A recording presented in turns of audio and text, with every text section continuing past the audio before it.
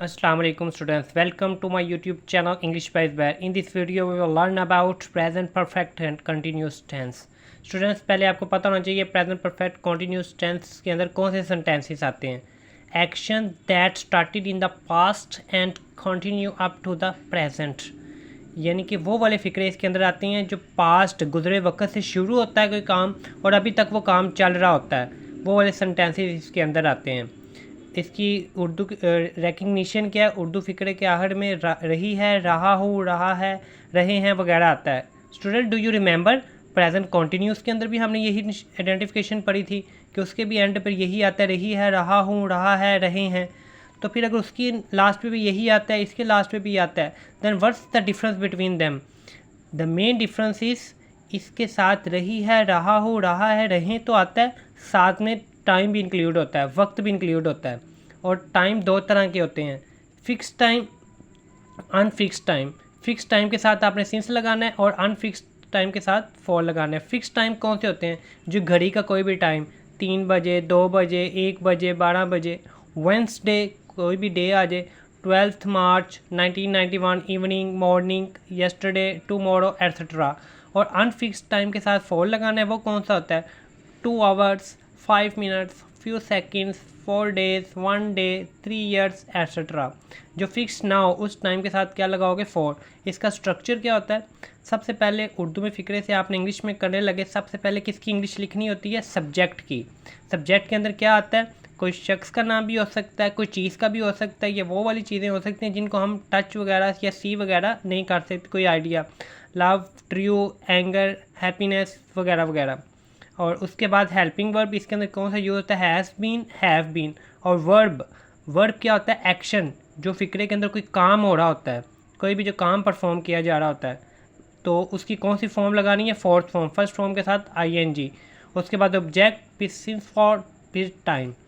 इन सब के साथ क्या लगेगा? Has been. और इन सब के साथ क्या लगेगा? Have been. नेगेटिव स्ट्रक्चर क्या है? सबसे पहले सब्जेक्ट, हैज़, हैव, नॉट, फिर बीन, फिर फोर्थ फॉर्म, फिर ऑब्जेक्ट, फिर सिंस, फॉर, फिर टाइम. इंट्रोगेटिव लफ्ज़ क्या है? इंट्रोगेटिव, इंटेरोगेटिव नहीं. Has, have plus subject plus been plus fourth form plus object plus since, for plus time. Double interrogative, सबसे पहले WH. डबल इंट्रोगेटिव सेंटेंस कौन से होते हैं स्टूडेंट? जिस फिक्रे के उर्दू में कब, कहाँ, क्यों, कैसे आ जाए, वो कौन से सेंटेंसेस होते हैं? Double interrogative. सबसे पहले आपने उसकी इंग्लिश लिखनी होती है, तो वो ज़्यादातर किससे स्टार्ट होते हैं? WH से ज़्यादातर स्टार्ट होते हैं. विच, वेयर, वाई, वैन वगैरह वगैरह. तो इसलिए इन्हें कहते हैं WH वर्ड्स. सबसे पहले आपने उसकी इंग्लिश लिखनी है, फिर हैज़, हैव, फिर सब्जेक्ट, फिर बीन, फिर फोर्थ फॉर्म, फिर ऑब्जेक्ट, फिर since, for plus time. Okay, अब इसकी एग्जांपल्स की तरफ आते हैं.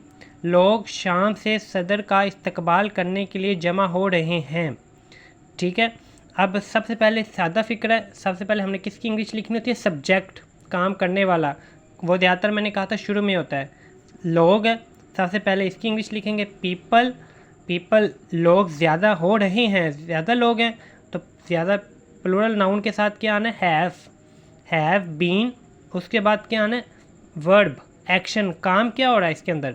जमा होने का काम. जमा होने का काम हो रहा है ना, कोई और आपको लग रहा है काम? जमा होने का काम हो रहा है, तो जमा होने की इंग्लिश क्या होती है? गैदर. लेकिन हमने कौन सी फॉर्म लगानी है? Fourth form. फर्स्ट फॉर्म के साथ ING. तो गैदर के साथ क्या आ जाएगा? ING. गैदरिंग. किस लिए जमा हो रहे हैं? इस्तकबाल करने के लिए, टू वेलकम. किसका इस्तकबाल? The president. अब देखो इसके अंदर देखना क्या आ गया? शाम से. शाम क्या आ गया? इवनिंग. तो इवनिंग के साथ हमने क्या इवनिंग कौन सा टाइम है? फिक्स्ड है या अनफिक्स्ड है? इवनिंग कौन सा टाइम है? फिक्स्ड टाइम है, तो इसके साथ क्या लगेगा? Since evening. ठीक है, लेट्स मूव ऑन. किसान कई माह से नया ट्रैक्टर नहीं खरीद रहा है. सबसे पहले क्या आएगा? किसान, काम करने वाला. इसके अंदर क्या है? किसान. The farmer. फार्मर क्या है? सिंगल नाउन है. पीछे रूल देखो, सिंगल नाउन के साथ हम क्या लगाते हैं? हैज़. तो हैज़, फिर नॉट, फिर बीन, फिर उसके बाद वर्ब. काम क्या हो रहा है? खरीदने का हो रहा है. खरीदने की इंग्लिश होती है बाय. तो लेकिन हमने फोर्थ फॉर्म लगानी है, तो बाय के साथ ING आ जाएगा, तो फोर्थ फॉर्म बन जाएगा. बाइंग, क्या खरीदा जा रहा है? New tractor. अब देखो कई माह से. अब कई माह, अब कौन से कई माह है? हमें नहीं पता कितने माह से. कोई फिक्स टाइम तो नहीं है. तो जो फिक्स टाइम ना हो तो उसके साथ क्या लगाते हैं, मैंने बताया था अनफिक्स टाइम के साथ फॉर सेवरल मंथ्स। क्या तुम्हारे दोस्त अक्टूबर से तुम्हारी मदद कर रहे हैं? कौन सा सवालिया फ़िक्रा आ गया? तो सवालिया फ़िक्रे का पीछे स्ट्रक्चर देखो। सबसे पहले हमने क्या लगाना होता है, हैज़ या हैव।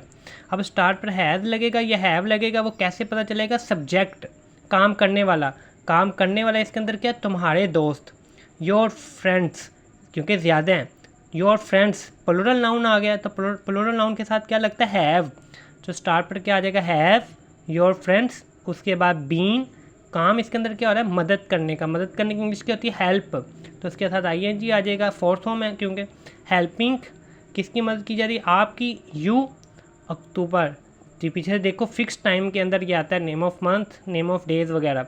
सिंस अक्टूबर, दुकानदार 3 दिन से दुकानें क्यों सजा रहे हैं, ये देखो क्यों लफ्ज़ आ गया, डबल इंट्रोगेटिव बन गया।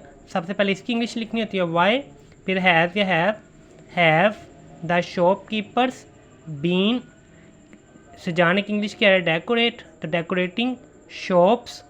3 दिन से, कौन से 3 दिन से हमें नहीं पता, फॉर 3 डेज, ठीक है, इसलिए इसके साथ क्या लग गया, for. Student keep in mind, आप ये नहीं देखना आपको जी जिसके अंदर टाइम आ जाएगा वो इसके अंदर आएगा। प्रेजेंट कर पास से शुरू हो, अभी तक चल रहा हो, फिर इसके अंदर आएगा। अब ये नहीं कहो जी सुबह बारिश हो रही है या हम कल हो जा रहे हैं जी, कल टुमारो आ गया, तो ये तो टाइम आ गई, तो प्रेजेंट परफेक्ट, लेकिन कल जा रहे हैं, आज पास से शुरू होके अभी आने वाले वक्त तक काम नहीं चल रहा, तो वो वाले खाली टाइम पे भी आपने फोकस नहीं करना। रहा रही के साथ आपको जी जहाँ वक्त आ जाएगा वो इसके अंदर ही आएगा, ऐसा नहीं है। ये कंडीशन भी है कि पास से काम शुरू हो, हम सुबह से बारिश में नहा रहे हैं, पास से काम शुरू हुआ है, अभी तक चल रहा है, वो वाले सेंटेंस इसके अंदर आ जाएंगे, ठीक है। इस टेंस का पैसिव वॉइस नहीं होता, कीप इन माइंड, इसका जस्ट एक्टिव वॉइस ही होता है। Okay, thank you. आपका होमवर्क है, आपने 10 सेंटेंसेस बनाने, इसके 40 टोटल सेंटेंसेस बनाने के। Okay, thank you for watching.